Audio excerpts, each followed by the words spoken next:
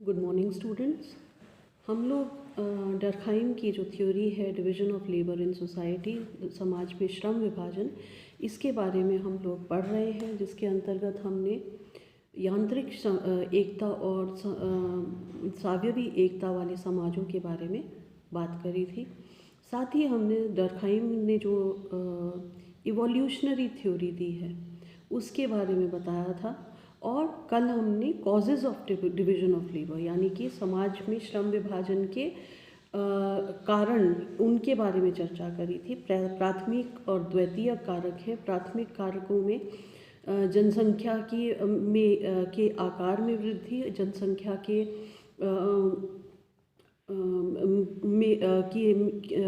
घनत्व में, नैतिक घनत्व और भौतिक घनत्व में वृद्धि। जैसे जैसे ये कारक बढ़ते जाएंगे वैसे वैसे श्रम विभाजन बढ़ता जाएगा। और इसी के साथ साथ द्वितीय कारक यानी कि पैतृकता का घटता प्रभाव और सामूहिक चेतना का ह्रास, ये जैसे जैसे बढ़ेंगे, जहाँ पे ये ज़्यादा होते हैं वहाँ पे श्रम विभाजन कम होता है, और जहाँ पे ये कम होते हैं वहाँ श्रम विभाजन अधिक पाया जाता है। तो ये कारण थे। इसके बाद हम अब देखेंगे कि श्रम विभाजन का परिणाम क्या होता है। श्रम विभाजन के इन्होंने डरखाइम ने 8 परिणाम बताए हैं। सबसे पहला है कि प्रकार्यात्मक स्वतंत्रता और विशेषीकरण। जैसे जैसे श्रम विभाजन बढ़ता है वैसे वैसे कार्यों का विभाजन होता है और विशेषीकरण में वृद्धि होती है। व्यक्ति कार्यों का चुनाव करने में स्वतंत्र हो जाता है और पैतृकता का यहाँ पे बंधन नहीं रहता, और इस कारण व्यक्ति विशिष्ट कार्य करना शुरू करता है। उसकी शारीरिक क्षमता का विशिष्ट कार्य करने के लिए जितना अधिक उपयोग करता है उसकी क्षमता में उतना ही निखार आ जाता है। तो व्यक्ति जो है, जैसे उदाहरण के तौर पर जो लोग व्यक्ति जैसे बैंकिंग में जो लोग हैं वो दिमाग का ज़्यादा इस्तेमाल करते हैं, या शिक्षण के क्षेत्र में जो लोग हैं वो दिमाग का ज़्यादा इस्तेमाल करते हैं, शरीर का ज़्यादा कम इस्तेमाल करते हैं, तो उनकी वो क्षमताएं जो हैं वो शिथिल पड़ जाती हैं। आप किसी डॉक्टर को आप खेत में काम करने के लिए भेजेंगे तो वो नहीं कर पाएंगे, क्योंकि उनकी आदत में नहीं हो जाता। तो शारीरिक क्षमता, जो हम कार्य करते रहते हैं उसमें हमारी शारीरिक क्षमता परिष्कृत हो जाती है, और शेष शारीरिक क्षमताएं जो हैं वो धीरे धीरे कमज़ोर पड़ती चली जाती हैं। व्यक्ति जब निश्चित कार्य करता है तो उसके प्रकार का एक निश्चित रूप बन जाता है, उसकी क्रिया का विशेषीकरण हो जाता है। व्यक्ति कार्य का चुनाव करने और त्यागने के लिए स्वतंत्र होता है। वो कोई भी कार्य करना अपनी मर्जी से करता है, जिस कार्य के लिए वो सूटेबल है, ज़्यादा अधिक सूटेबल है, वो कार्य चुनता है। और इस नए समाज में परंपरागत बंधनों से मुक्ति मिलती है, और इच्छा अनुसार व्यक्ति अपने व्यवसाय को चुन भी सकता है और त्याग भी सकता है। तो व्यवसाय को चुनने और त्यागने की स्वतंत्रता होती है, जिसके कारण गतिशीलता बढ़ती है और प्रकारों में विशिष्टता आती है। स्पेंसर की ही तरह ये डरखाइम भी कहते हैं कि ये प्रकार्यात्मक जटिलता की ही प्रगति की आधारशिला है। दूसरा प्रभाव वो कहते हैं, श्रम विभाजन के कारण सभ्यता का विकास होता है। सभ्यता स्वयं उन परिवर्तनों का आवश्यक परिणाम है जो समाजों के आकार और घनत्व में उत्पन्न होते हैं। ये डरखाइम का कहना है। वो कहते हैं कि जनसंख्या की वृद्धि से व्यक्तियों के पारस्परिक संबंध जटिल होते चले जाते हैं। व्यक्ति कठोर परिश्रम करता है और क्षमताओं का अधिकतम उपयोग करता है, और इसके फलस्वरूप संस्कृति और सभ्यता का विकास होता है। तो सभ्यता जो है वो श्रम विभाजन का परिणाम है, दूसरा परिणाम है। तीसरा है सामाजिक प्रगति। परिवर्तन तो हमेशा ही होता चला जाता है, और परिवर्तन के कारण गतिशीलता भी आती है। तो श्रम विभाजन को परिवर्तन का कारण माना गया है, और परिवर्तन प्रगति का कारण है, इसलिए प्रगति श्रम विभाजन का परिणाम है। चौथा जो वो कहते हैं कि social change and individual change, सामाजिक परिवर्तन और व्यक्तिगत परिवर्तन। जहाँ पे सामाजिक परिवर्तन और व्यक्तिगत परिवर्तन की व्याख्या श्रम विभाजन पर के आधार पर की गई है।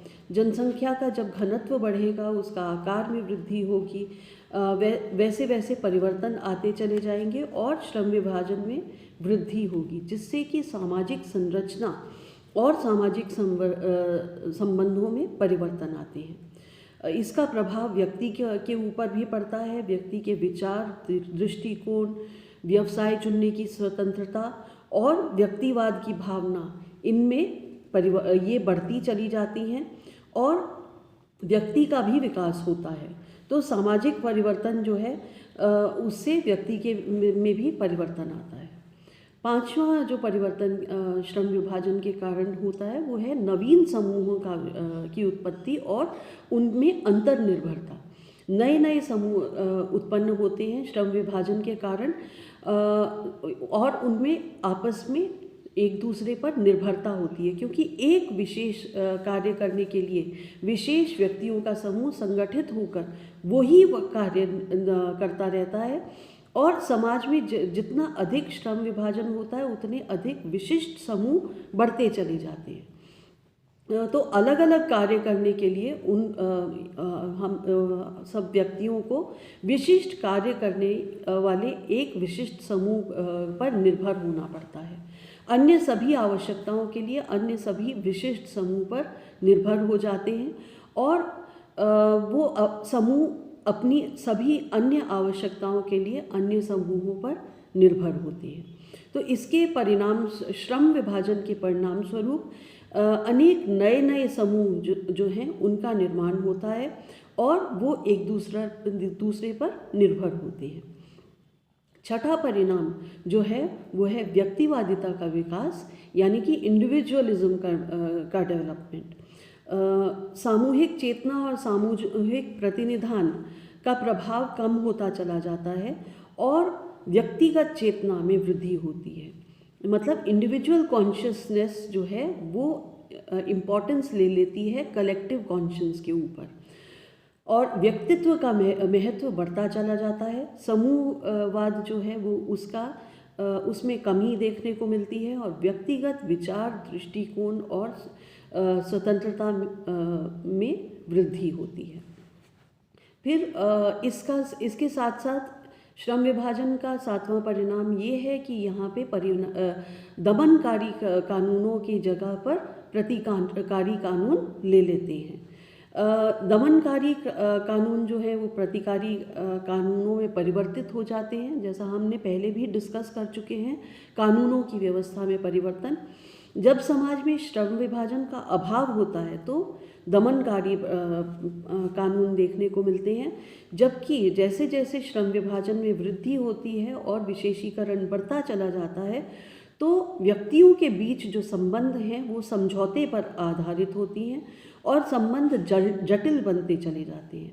इसके कारण सामाजिक उत्तरदायित्व के स्थान पर व्यक्तिगत उत्तरदायित्व बढ़ता चला जाता है और संविदा और जो कॉन्ट्रैक्ट जो है उसको लागू करने के लिए या क्षतिपूर्ति करने के लिए कानून बनते चले जाते हैं, जिन्हें हम प्रतिकारी कानून कहते हैं, जो कि व्यवस्था को बनाए रखने में योगदान देते हैं।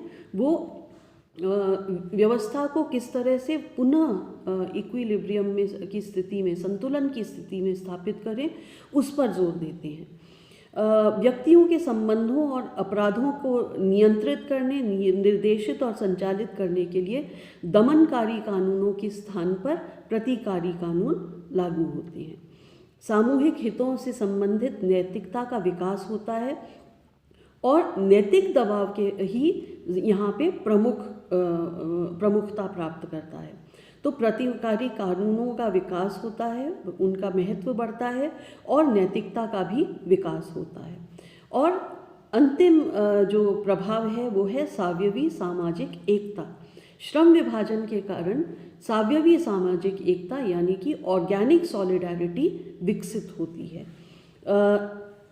श्रम विभाजन का जब जहाँ पे कम होता है या कम विकसित होता है, वहाँ पे यांत्रिक एकता वाले समाज पाए जाते हैं। जैसे जैसे श्रम विभाजन में वृद्धि होती है, विशेषीकरण बढ़ता है, पारस्परिक निर्भरता बढ़ती है और अन्य आश्रितता के कारण सहयोग करना आवश्यक हो जाता है।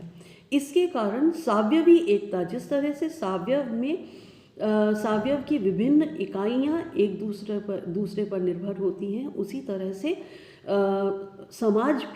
समाज की विभिन्न इकाइयाँ सावयव के रूप में कार्य करती हैं और सावयवी एकता स्थापित होती है, जो पारस्परिक प्रकार्यात्मक निर्भरता, संगठन और सहयोग को जन्म देती है। तो यहाँ पे सावयवी समाज जो है वो श्रम विभाजन का सीधा सीधा परिणाम है।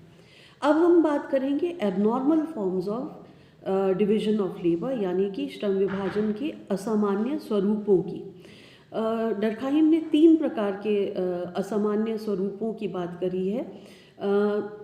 अपनी पुस्तक जो है division of labour in society, उसके तीसरे और अंतिम खंड में वो असामान्य स्वरूपों के बारे में बात करते हैं। जो ऐसी व्याधिकीय असामान्य स्वरूप वो होते हैं जो श्रम विभाजन के अनेक संगठनात्मक परिणाम हैं, जहाँ कुछ व्याधिकीय परिणामों को जन्म देते हैं। व्याधिकीय परिणाम उनको कहा है जो समाज में एकता पैदा नहीं करते हैं, चाहे वो यांत्रिक एकता हो या सावयवी एकता, वो समाज में संगठन लाती है। जबकि असामान्य प्रकार जो हैं वो समाज में एकता उत्पन्न नहीं करते हैं। इसमें वो 3 प्रकार के असामान्य स्वरूप के बारे में बताते हैं। पहला है आदर्शहीन श्रम विभाजन, या जहाँ पे आइडियल्स नहीं होते, ऐसा श्रम विभाजन। दूसरा बलात् श्रम विभाजन, यानी कि फोर्स डिवीजन ऑफ लेबर। और तीसरा व्यक्तिगत कार्य की अपर्याप्तता, यानी कि इनसफिशिएंसी ऑफ इंडिविजुअल वर्क। अब जो पहला है आदर्शहीन श्रम विभाजन, जहाँ पे आइडियल्स जो हैं वो लुप्त हो जाते हैं। श्रम विभाजन विभिन्न सामाजिक कार्यों में तालमेल और पारस्परिक सामंजस्य जब स्थापित नहीं कर पाता है और एक दूसरे के कार्य और विकास में बाधाएं उत्पन्न करता है, तब ये एबनॉर्मल स्थिति पैदा होती है। विशेष रूप से ये आर्थिक क्षेत्र में और विज्ञान के क्षेत्र में ये देखा जाता है, जब अव्यवस्थित श्रम विभाजन जो है उसके परिणाम स्वरूप आदर्शहीनता जन्म लेती है। यहाँ पे विभिन्न श्रम विभाजन विभिन्न प्रकारों में सामंजस्य की स्थिति उत्पन्न करता है। और आर्थिक क्षेत्र में बोलें तो जब उत्पादन के संगठनों, औद्योगिक केंद्रों और कारखानों में श्रम विभाजन होता है, तब विशेषीकरण आता है और उत्पादन में लगे मजदूर और मालिकों में संघर्ष पैदा होता है। ये संघर्ष की स्थिति असामान्य है और सामाजिक इकाइयों में तनाव, संघर्ष और असंतुलन को जन्म देती है। यहाँ लाभ के स्थान पर हानि होती है और पारस्परिक संघर्ष, हड़ताल, तालाबंदी ये सब देखने को मिलते हैं। तो ये आर्थिक क्षेत्र में असामान्य रूप का श्रम विभाजन है। वैज्ञानिक क्षेत्र में भी इसी प्रकार कई बार जब एक वैज्ञानिक अब केवल एक विज्ञान या उसकी ही शाखा से जुड़ा हुआ होता है, इसके कारण विज्ञानों में परस्पर दूरियां बढ़ती चली जाती हैं और सावयवी एकता स्थापित नहीं हो पाती और विभिन्न विज्ञानों में संबंध टूट जाते हैं। इसके कारण भी असामान्य श्रम विभाजन पैदा होता है। दूसरा जो abnormal form of division of labour है वो है बलात् श्रम विभाजन या forced division of labour. Durkheim कहते हैं जब बाहर से थोपा गया श्रम विभाजन देखने को मिलता है, उसे हम बलात् श्रम विभाजन कहते हैं। व्यक्ति अपनी रुचि के अनुसार कार्य को चुनने या और त्यागने में स्वतंत्र नहीं होता, और एकता स्थापित करना ऐसी स्थिति में बहुत मुश्किल हो जाता है। और ये एकता तभी स्थापित हो सकती है जब समाज के सभी लोगों को उनकी योग्यता, उनकी कार्य कुशलता, उनकी रुचि के अनुसार व्यवसाय मिले। ये स्थिति जाति व्यवस्था और वर्ग व्यवस्था में देखने को नहीं मिलती है, और इस कारण बलात् श्रम विभाजन देखने को मिलता है।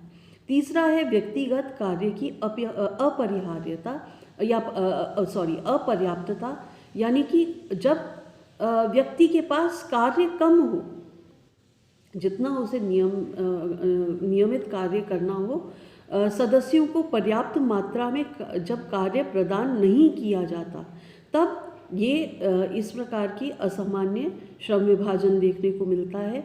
व्यक्ति को क्रियाओं के लिए पर्याप्त सामग्री प्राप्त होनी चाहिए, और श्रम विभाजन के कारण ऐसा नहीं हो पाता है। व्यावसायिक और औद्योगिक संस्थाओं में श्रम विभाजन का ठीक से नहीं होता, और इसके कारण लोगों में असंतोष पैदा होता है। अनुपयोगी कार्यों की अधिकता होती है, और कार्यों का विभाजन अनुपयोगी हो जाता है। इससे व्यवस्था स्थापित न होकर अव्यवस्था बनी रहती है, और जब श्रम विभाजन अव्यवस्था और असंतुलन पैदा करता है और सावयवी एकता पैदा नहीं कर पाता, तो व्यक्तिगत कार्य की अपर्याप्तता कहलाती है। ये असंगठन, असंतुलन और अव्यवस्था को फैलाता है। डर्कहाइम की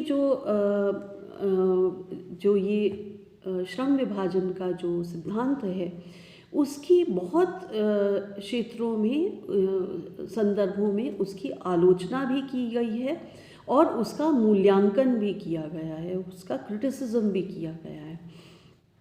खासकर तथ्यों, अवधारणाओं, पद्धति, वर्गीकरण, कारणों और प्रभावों और सिद्धांत और निष्कर्षों के आधार पर इसकी आलोचना करी गई है।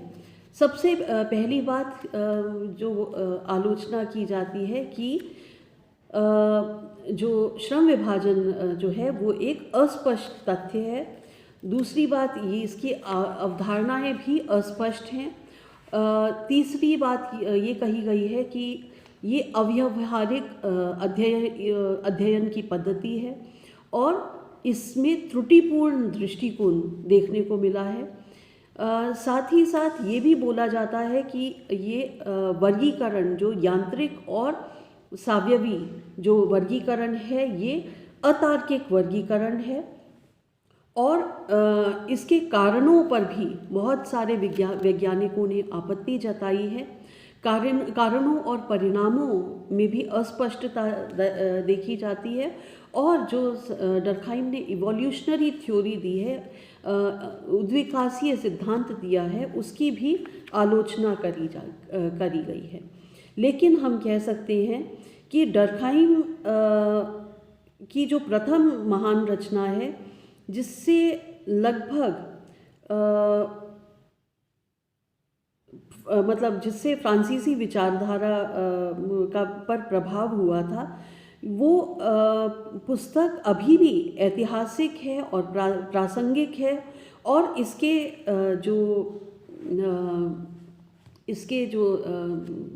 इसके अध्ययन से हमें समाज में की जो प्रकार्यात्मक व्यवस्था है या फंक्शनल जो सिस्टम है, उसको समझने में बहुत मदद मिलती है।